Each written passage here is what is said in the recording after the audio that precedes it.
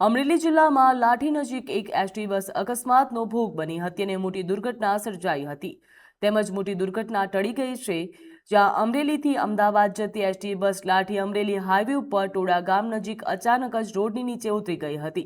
પ્રાથમિક માહિતી મુજબ બસના ડ્રાઈવરની તબિયત અચાનક જ બગડતા તેઓ સ્ટીયરિંગ ઉપરથી કાબુ ગુમાવી બેઠા હતા, જેના કારણે બસ રોડની નીચે ઉતરી ગઈ હતી। ઘટનાની જાણ થતાની સાથે જ ડ્રાઈવરને તાત્કાલિક સારવાર માટે અમરેલી હોસ્પિટલ ખાતે ખસેડવામાં આવ્યા હતા। સદનસીબે બસમાં સવાર તમામ મુસાફરો સુરક્ષિત રહ્યા હતા અને કોઈને જાનહાનિ થઈ ન હતી। ઘટનાના પગલે થોડા સમય માટે વિસ્તારમાં અફરાતફરીનો માહોલ પણ સર્જાયો હતો।